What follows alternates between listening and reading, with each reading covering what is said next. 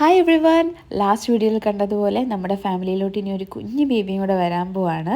അൽഹംദുലില്ലാ four everything. അപ്പോൾ ഇനി അങ്ങോട്ട് എൻ്റെ പ്രഗ്നൻസി പീരീഡിലെ വിശേഷങ്ങളും എക്സ്പീരിയൻസും ഒക്കെ ഷെയർ ചെയ്തിട്ടുള്ള വീഡിയോസ് ആയിരിക്കും ഇടുന്നത്. പ്രഗ്നൻസി ടെസ്റ്റ് പോസിറ്റീവ് ആയതിനു ശേഷം 2 ദിവസം കഴിഞ്ഞപ്പോൾ ഹോസ്പിറ്റലൊക്കെ കൺഫേം ചെയ്ത് നമ്മൾ ഡോക്ടറെ കാണിക്കാൻ വേണ്ടിയിട്ട് അപ്പോയിൻമെൻറ്റ് എടുത്തിട്ടുണ്ടായിരുന്നു. അന്നത്തെ ദിവസം രാവിലെ ഹൈസാബിയെ സ്കൂളിലൊക്കെ വിട്ടതിന് ശേഷം ഞാനും ഷാസിക്കായും ബ്രേക്ക്ഫാസ്റ്റ് പുറത്തുനിന്ന് കഴിക്കാമെന്ന് പറഞ്ഞ് നമ്മുടെ വീടിന് തൊട്ടടുത്ത് തുടങ്ങിയ ഗുരുവായൂർ ടിഫൻ എന്ന് പറയുന്ന ഒരു ഷോപ്പിൽ പോയി ഫുഡൊക്കെ കഴിച്ചു. അവിടുന്ന് ഞാൻ ഗീ പൊടി ഇഡ്ഡലിയും ഷാസിക്ക നെയ്റോസ്റ്റുമാണ് ഓർഡർ ചെയ്തത്.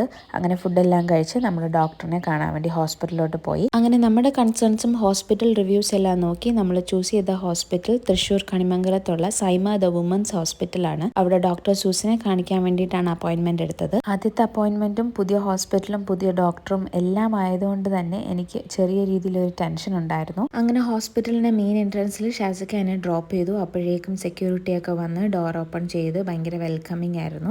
പിന്നെ ഷാസിക്ക കാറ് പാർക്ക് ചെയ്യുന്നിടം വരെ ഞാനവിടെ വെയിറ്റ് ചെയ്തു. വന്നതിന് ശേഷം ഒരുമിച്ച് റിസപ്ഷനിൽ പോയി ഫോമൊക്കെ ഫില്ല് ചെയ്തിട്ട് നമ്മൾ അവിടെ വെയിറ്റ് ചെയ്തു സ്ക്രീനിങ്ങിന് വേണ്ടിയിട്ട്. ഡോക്ടറെ കാണുന്നതിന് മുന്നേ നമ്മുടെ ബേസിക് വൈറ്റൽസ് ഒക്കെ ചെക്ക് ചെയ്യണം, അതിന് വേണ്ടിയിട്ടായിരുന്നു. ആ സമയം കൊണ്ട് ഞങ്ങൾ ഹോസ്പിറ്റലിൻ്റെ ഫെസിലിറ്റീസ് ഒക്കെ ഒന്ന് നോക്കിയിട്ടുണ്ടായിരുന്നു.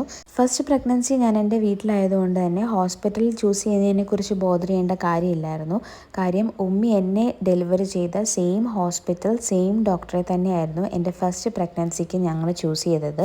പക്ഷേ സെക്കൻഡ് പ്രഗ്നൻസിക്ക് സിറ്റുവേഷൻ വേറെയാണ്. ഹൈസാബിക്ക് സ്കൂൾ ഉള്ളതുകൊണ്ട് എനിക്ക് തൃശ്ശൂർ നിന്നേ പറ്റൂ. പിന്നെ പ്രഗ്നൻ്റ് ആണെന്ന് അറിഞ്ഞപ്പോൾ തന്നെ ഷാസ്കായ്ക്കും കൂടെ ഡെലിവറി ടൈമിൽ എൻ്റെ കൂടെ കയറണമെന്ന് എനിക്ക് ആഗ്രഹമായിരുന്നു.